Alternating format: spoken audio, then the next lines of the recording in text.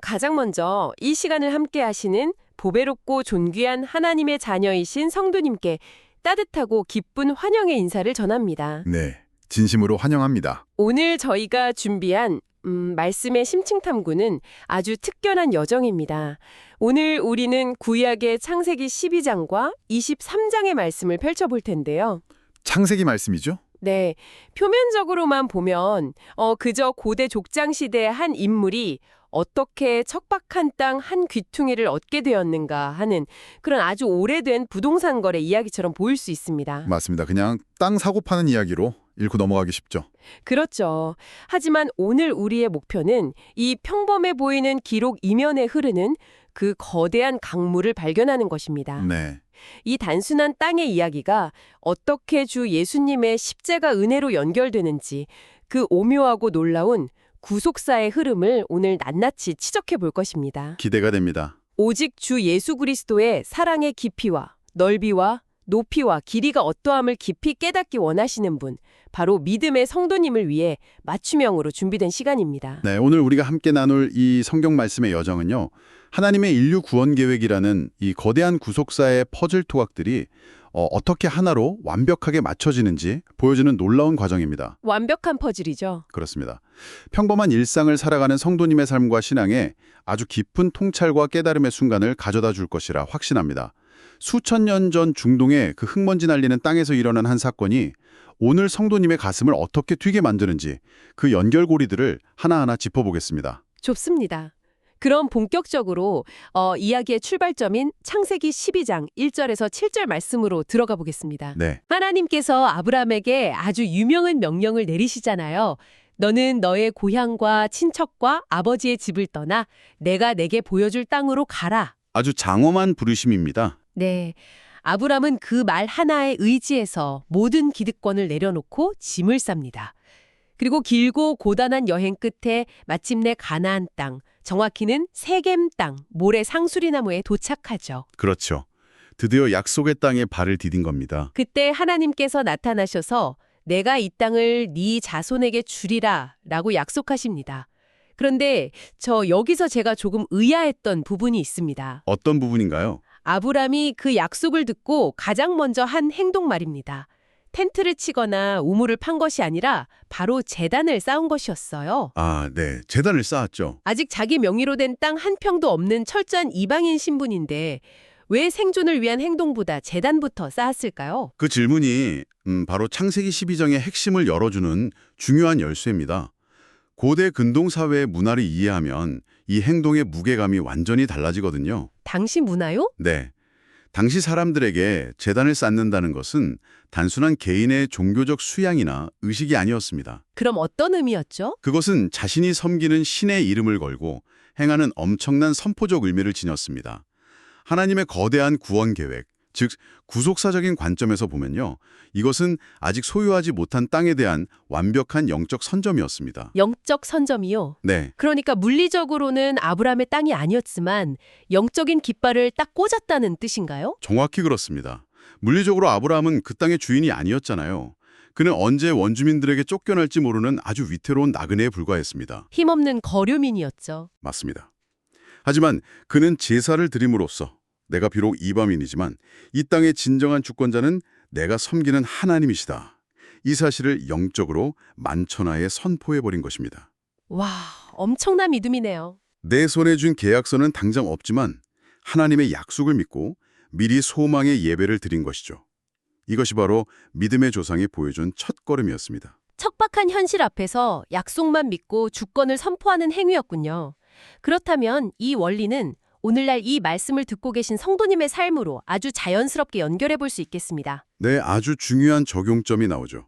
성도님이 매일 출근하시는 직장, 때로는 치열하게 갈등하는 가정, 혹은 너무 막막하게 느껴지는 그 일상의 척박한 땅에서 가장 먼저 해야 할 일이 바로 이 제단을 쌓는 일이 아닐까요? 바로 그겁니다. 비록 세상의 기준으로는 내가 그곳의 통치자가 아닐지라도 예배와 기도를 통해 내가 딛고 있는 그곳의 주인이 하나님이심을 선포해야 하는 거군요. 참으로 귀한 통찰입니다. 그 일상의 예배가 드려지는 곳, 우리 성도님의 순종이 있는 그 자리가 바로 하나님이 통치하시는 약속의 땅으로 변모하는 것입니다. 아멘. 신약 성경은 이 영적인 원례를 아주 명확하고 구체적으로 설명해주고 있습니다.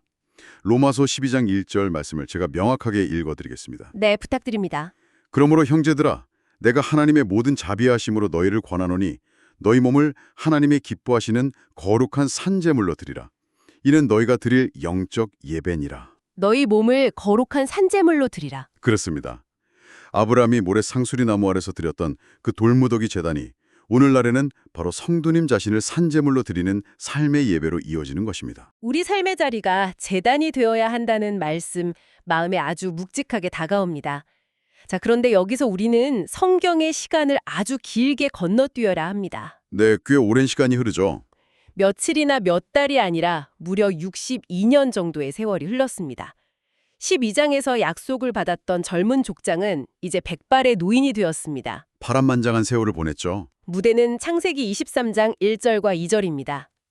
62년을 가나안에서 살았지만 아브라함은 여전히 남의 땅에 텐트를 치고 사는 나그네입니다. 네, 그리고 헤브론이라는 곳에서 평생의 반려자인 아내 사라의 죽음을 맞이하는 아주 슬프고 무거운 장면이 펼쳐집니다. 참 가슴 아픈 순간입니다. 여기서 성경의 아주 독특한 기록 방식 하나를 짚고 넘어가고 싶습니다. 성경 전체를 통틀어서 여성이 사망했을 당시의 나이가 이토록 정확하게 기록된 것은 오직 사라 한 명뿐입니다. 아주 예리한 지절이십니다. 사라가 127세를 살았으니 이것이 곧 사라가 누린 횟수라 이렇게 기록되어 있죠. 이것은 그녀가 그저 평범한 아내가 아니라 하나님의 언약을 이루는 열국의 어머니로서 구속사의 한 축이었음을 보여주는 것 아닙니까? 맞습니다. 성경은 결코 의미 없이 숫자를 나열하지 않습니다. 127년이라는 세월, 그중 62년을 남편과 함께 나그네로 떠들었습니다. 사라의 죽음은 아브라함에게 떨에 깎는 듯한 애통함이었습니다. 성경도 아브라함이 슬퍼하며 애통했다고 분명히 기록하고 있죠. 네, 하지만 우리는 이 슬픔의 이면을 보아야 합니다. 구속사적으로 이 죽음은 전혀 다른 차원의 국면을 여는 방아쇠가 됩니다. 어떤 국면인가요? 12장에서 아브라함은 제단만 쌓았던 거류민이었습니다. 하지만 23장에 이르러서 이 아내의 장례를 치러야 하는 절박하고 슬픈 상황을 계기로 아브라함은 드디어 하나님이 약속하신 그 땅에 대한 영유권을 본격적으로 그리고 법적으로 주장하기 시작합니다. 아, 단순히 무덤을 구하는 게 아니었군요. 아닙니다. 죽음과 상실이라는 거대한 위기가 오히려 약속의 땅에 깊은 뿌리를 내리는 거룩한 시작점이 된 것이죠. 슬픔과 상실이 영유권을 주장하는 동력이 되었다니 정말 흥미로운 관점입니다. 그렇다면 아브라함이 그 영유권을 구체적으로 어떻게 획득해 가는지 창세기 23장 3절에서 16절에 기록된 그 유명한 매장지 협상 과정을 깊이 들여다볼 필요가 있겠습니다. 이 협상 장면이 정말 기가 막힙니다. 이 장면은 마치 고대 법정과도 같은 성문 앞에서 벌어지는 치열한 외교전 같습니다. 아브라함이 그 땅의 원주민인 헷족 속 사람들에게 가서 자신을 당신들 중에 있는 나그네, 즉 거류민이라고 한껏 낮춥니다. 아주 겸손한 태도를 취하죠. 그런데 아내를 묻을 막벨라 굴을 사기 위한 협상에서는 절대 물러서지 않아요. 땅 주인인 에브론이라는 사람이 이렇게 말합니다. 아이고, 무슨 말씀을요. 그냥 무덤을 쓰십시오. 내가 당신에게 그 땅을 주겠습니다. 이렇게 호의를 베푸는 척합니다. 네, 아주 전형적인 대화법이죠. 자, 여기서 잠깐 멈춰보죠. 상식적으로 사랑하는 아내를 잃고 슬픔에 빠진 상황에서 묘지를 공짜로 주겠다고 하면 감사합니다 하고 받는 게 자연스럽지 않습니까? 일반적으로는 그렇겠죠. 왜 아브라함은 굳이 그 호의를 거절하고 돈을 내겠다고 고집을 피웠을까요? 그 부분에 고대 근동사회에 아주 치밀한 부동산 법과 문화가 숨어 있습니다. 부동산 법이요? 네, 에브론이 대중들 앞에서 공짜로 주겠다고 한 것은 순수한 호의가 아니었습니다. 당시에 전형적인 차면 차리기식 협상 기술이었어요. 나는 이렇게 관대하다는 걸 과시하는 거죠. 아, 거칠해였군요. 맞습니다. 더 중요한 것은 만약 아브라함이 그 땅을 호의로 그냥 받았다면 어떻게 되었을까요? 고대 헷족속의 법에 따르면 증여받은 토지는 진짜 주권이 넘어간 것이 아닙니다. 법적 소유권이 완전히 넘어가지 않는다는 거군요. 그렇죠. 훗날 에브론이 마음을 바꾸거나 그의 후손들이 이건 우리 조상 땅이니 돌려달라고 요구하면 언제든 다시 빼앗길 수 있었습니다. 땅에 대한 의무도 복잡하게 얽히고요. 아하. 아브라함은 그것을 정확히 알고 있었습니다. 그는 일시적인 무덤을 빌리는 것이 아니라 하나님의 약속이 이 땅에 영원히 성취될 것을 확신했거든요. 영원한 성취. 네. 그래서 어떤 법적 시비도 걸 수 없는 완벽한 소유권 이전, 즉 물을 수 없는 영구적인 문서가 필요했던 것입니다. 아, 그래서 에브론의 그 공짜 제안을 단호하게 거절한 거군요. 정당한 대가를 지불하고 내 것으로 만들겠다. 정확합니다. 그런데 결국 에브론이 넌지시 부른 가격이 놀랍습니다. 은 400세겔입니다. 엄청난 금액이죠. 성도님, 우리에게는 이 은 400세겔이 그저 성경에 나오는 옛날 화폐 단위처럼 들리지만 당시의 시세로 보면 어느 정도의 가치였습니까? 그 가치를 알면 아브람의 결단이 얼마나 위대한지 알 수 있습니다. 고대 바벨론이나 근동의 기록들을 보면 당시 일반적인 노동자의 1년치 임금이 대략 은 10세겔 정도였습니다. 1년에 10세겔이요? 네. 그렇다면 은 400세겔은 한 사람이 아무것도 쓰지 않고 꼬박 40년을 모아야 하는 어마어마한 거액입니다. 와, 40년치 연봉이요. 네. 밭 한 귀퉁이에 있는 작을 굴과 그 주변 땅을 사기 위해 에브론은 상상을 초월하는 엄청난 바가지를 씌운 것입니다. 속된 말로 아브라함의 절박한 상황을 이용해 폭리를 취한 거죠. 평범한 묘지 하나 구하는데 40년치 연봉을 달라고 했다면 보통 사람 같으면 화를 내거나 가격을 깎으려고 다시 치열하게 협상에 들어갔을 텐데요. 당연히 깎아달라고 하겠죠. 그런데 성경을 보면 아브라함은 그 자리에서 일말의 망설임도 없이 그 막대한 은을 달아 에브론에게 줍니다. 철저한 이방인 신분에 굳이 시세보다 훨씬 비싼 명백히 손해보는 거래를 아브라함은 왜 이토록 단호하게 밀어붙였을까요? 이 거래의 본질이 단순한 묘지 매입이 아니었기 때문입니다. 그럼 무엇이었습니까? 이것은 장차 이 땅의 하나님의 언약대로 자신과 후손들의 영원한 기업이 될 것을 믿고 지불한 위대한 언약적 투자였습니다. 언약적 투자, 가슴에 와닿는 표현입니다.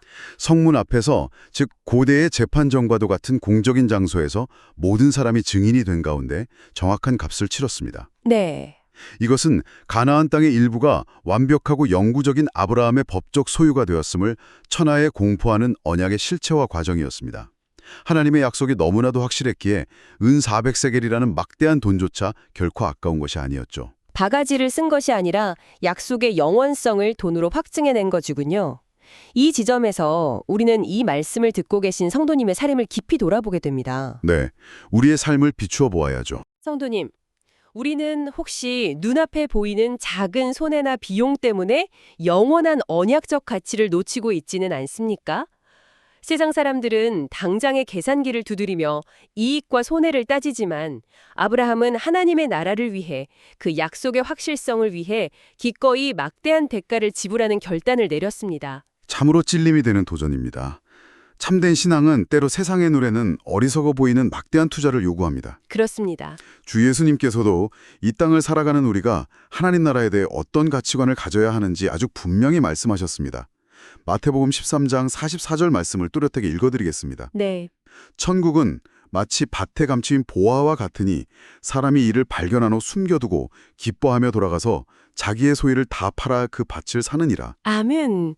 자기의 소유를 다 팔아 그 밭을 샀다. 아브라함이 은 400세겔을 기꺼이 달아주었던 그 마음이 바로 밭에 감추인 천국이라는 보화를 발견하고 기뻐하며 자기의 모든 소유를 팔았던 사람의 환희와 동일했을 것입니다. 헛소유를 다 팔아 그 밭을 샀다. 정말 가슴이 뜨거워지는 말씀입니다. 자, 이렇게 엄청난 대가를 치르고 확보된 막벨라 굴은 이후 역사의 흐름 속에서 어떻게 됩니까? 이 막벨라 굴의 역사가 정말 놀랍습니다. 창세기 23장 17절에서 20절을 보면 이 굴은 사라 한 사람의 무덤으로 끝나지 않습니다. 훗날 아브라함 자신도 이곳에 묻히고 그 아들 이삭과 며느리 리브가 그리고 손자 야곱과 첫째 아내 레아까지 묻히는 이스라엘 믿음의 가문의 영대한 묘실이 됩니다. 그렇습니다. 이 막벨라 굴이 갖는 의미를 단순히 조상들의 묘지 정도로 축소해서는 안 됩니다. 더 깊은 의미가 있군요. 구약의 믿음의 사람들에 대해 무덤은 모든 것이 흙으로 돌아가 끝나는 절망의 종착역이 아니었습니다. 무덤은 장차 영광스럽게 부활하여 하나님께서 세우실 완성된 나라를 기다리는 대기실이었습니다. 부활을 기다리는 대기실. 가나안 땅에 묻힌다는 것은 하나님이 약속하신 땅을 영원히 상속받는 아주 공식적인 영적 등기 절차를 마쳤다는 뜻입니다. 그런데 여기서 우리가 한 걸음 더 깊이 들어가서 거대한 구속사의 지도를 펼쳐보아야 합니다. 네, 말씀해 주시죠. 이 작은 막벨라 굴, 은 400세겔을 주고 산 헤브론의 이 작은 땅이 훗날 어떤 역할을 하게 되는지 말입니다. 네, 그 부분이 가장 흥미롭습니다. 이 점 하나가 역사의 선으로 어떻게 이어집니까? 아브라함이 값을 치르고 산 이 헤브론의 작은 땅은 장차 이스라엘 민족 전체가 거하게 될 거대한 영토를 여는 씨앗이 됩니다. 수백 년의 역사가 흘러 이 헤브론은 다윗이 처음으로 왕으로 기름 부음을 받고 유다 지파의 왕조를 시작하는 첫 수도가 됩니다. 헤브론이 다윗 왕조의 첫 수도가 되죠? 맞습니다. 이것이 무엇을 의미할까요? 다윗의 혈통을 통해 오실 분, 참된 아브라함의 자손이신 주 예수 그리스도께서 인간의 몸을 입고 역사 속으로 들어오시는 그 성육신의 지리적, 영토적 무대가 바로 이 막벨라 굴의 거래에서부터 합법적으로 준비되기 시작했다는 것입니다. 놀랍습니다. 아브라함이 아내를 묻으며 흘린 눈물과 그가 믿음으로 지불한 은 400세겔이 영광스러운 주 예수님의 오심을 준비하는 굳건한 발판이 되었다고 생각해 보십시오. 세상에. 아브라함의 눈물 젖은 은 400세겔이 훗날 다윗 왕조의 기점이 되고 마침내 주 예수님의 성육신이라는 찬란한 빛으로 이어지는 거군요. 정확히 그겁니다. 이제 우리의 시선은 자연스럽게 구약의 흙먼지 날리는 헤브론 땅에서 신약의 영광스러운 주 예수님께로 향하게 됩니다. 이 모든 이야기는 결국 십자가를 향하고 있죠. 그렇습니다.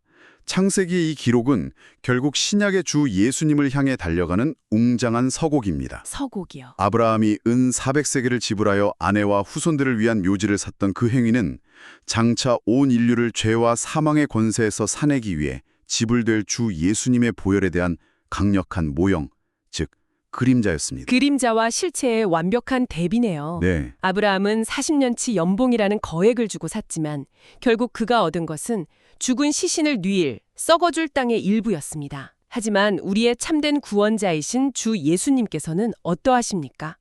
그분은 사망 권세를 깨뜨리고 부활하심으로 말미암아 우리에게 영원히 썩지 않을 기업을 주셨습니다. 아멘. 베드로전서 1장 4절은 이 영광스러운 사실을 이렇게 증언합니다. 썩지 않고 더럽지 않고 쇠하지 아니하는 유업을 잊게 하시나니 곧 너희를 위하여 하늘에 간직하신 것이라. 정말 압도적인 은혜입니다. 아브라함이 막벨라굴에 장사되었듯 수천 년 후 주 예수님께서도 골고다 언덕 옆 아리마대 요셉의 새 무덤에 장사되셨습니다. 겉보기엔 똑같이 차가운 돌 무덤에 갇힌 것 같았죠. 네, 인간의 눈에는 끝난 것처럼 보였습니다. 하지만 그 결과는 완전히 달랐습니다. 우리 주 예수님은 그 캄캄한 무덤의 돌문을 산산조각 내시고 부활하셨습니다.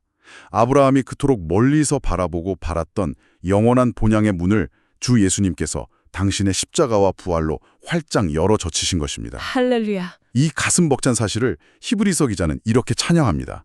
호스트님께서 정중하고 분명하게 낭독해 주시겠습니까? 1절 말씀입니다.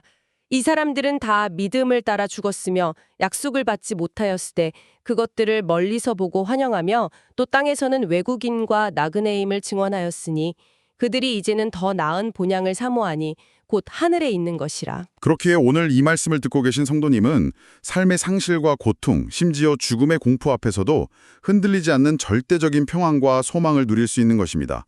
베드로전서 1장 3절은 선포합니다. 우리 주 예수 그리스도의 아버지 하나님을 찬송하리로다. 그의 많으신 긍휼대로 주 예수 그리스도를 죽은 자 가운데서 부활하게 하심으로 말미암아 우리를 거듭나게 하사 산소망이 있게 하시며. 산소망이 있게 하시며. 우리에게는 이 죽음을 이긴 산소망이 있습니다. 하나님의 자녀이신 성도님, 오늘 우리가 함께 탐구한 이 깊은 진리를 성도님의 영혼 깊은 곳에 확고히 새기시길 바랍니다. 아브라함은 죽은 아내를 뉘일 작은 굴 하나를 얻기 위해 은 400세겔이라는 어마어마한 대가를 치러야 했습니다. 네, 은 400세겔이었죠. 그러나 성도님, 우리 구주 예수 그리스도께서는 성도님을 살리기 위해 무엇을 지불하셨습니까? 주 예수님께서는 썩어 없어질 은이나 금으로 성도님을 사신 것이 아닙니다. 절대 아닙니다. 점없고 흠없는 어린 양 같은 그분의 갈기갈기 찢기신 살과 보배로운 피를 값으로 지불하셔서 성도님을 영원한 죽음의 구렁텅이에서 건져내셨습니다. 성도님의 모든 추악한 죄악을 그 거칠고 잔혹한 십자가에서 단번에 완전히 그리고 영원히 못 박으시고 성도님을 위해 영원한 속죄를 이루신 것입니다. 아멘. 그 위대하고 영광스러운 구속의 클라이맥스가 바로 여기에 있습니다. 제가 성도님의 심령을 울리는 히브리서 9장 12절 말씀을 가장 힘있고 장엄한 목소리로 선포하겠습니다. 염소와 송아지의 피로 하지 아니하고 오직 자기의 피로 영원한 속죄를 이루사 단번에 성소에 들어가셨느니라. 할렐루야, 오직 주 예수님의 보혈로 단번에 영원히 이루셨습니다. 성도님, 창세기 23장의 기록은 그저 슬픈 장례식 이야기가 아닙니다. 그것은 아브라함이라는 한 노병이 약속의 땅 가나안의 한복판에 꽂아 넣은 최후의 승전 깃발이었습니다. 승전 깃발입니다. 젊은 시절 그저 가라는 명령 하나에 의지해 떨리는 손으로 첫 제단을 쌓았던 그 나그네의 발걸음이 이제 아내를 묻는 무덤을 통해 거룩한 영토의 영구적인 확정으로 아름답게 마무리된 것입니다. 영광스러운 마무리죠. 하나님의 거룩한 군사로 부름받은 존귀한 성도님. 혹시 지금 질병의 고통으로, 재정적인 어려움으로, 혹은 깨어진 관계로 인해 깊은 고난과 눈물의 골짜기를 홀로 걷고 계십니까? 기억하십시오. 성도님이 눈물을 흘리며 서 있는 그 자리는 결코 패배의 늪이 아닙니다. 그곳은 성도님의 가정에, 당신의 일터와 공동체에 하나님의 나라를 든든히 세워가는 거룩한 영토 확장의 치열하고도 영광스러운 현장입니다. 그렇습니다. 주 예수님께서 이미 십자가에서 사망의 권세를 짓밟고 영원한 승리를 거두셨습니다. 이 가슴 벅찬 진리 앞에서 오늘 성도님께 깊은 도발적인 질문 하나를 던지며 마무리하고 싶습니다. 네. 당신이 오늘 눈물을 감수하고서라도 십자가의 은혜를 의지하여 기꺼이 지불해야 할 당신만의 은 400세겔, 그 언약적 투자는 과연 무엇입니까? 당장의 편안함을 버리고 영원한 하나님 나라를 위해 오늘 성도님의 일상에서 무엇을 씹으시겠습니까? 약속의 땅, 그 영원하고 썩지 않을 기업은 이미 주 예수 그리스도 안에서 성도님의 것입니다. 주 예수님의 이름으로 오늘 하루도 힘차게 그리고 당당하게 전진하십시오. 오늘 말씀의 심층 탐구는 여기서 마칩니다. 성도님의 걸음걸음마다 주 예수님의 크신 은혜와 깊은 평안이 늘 함께 하시기를 기도합니다. 함께 해주셔서 감사합니다. 평안하십시오.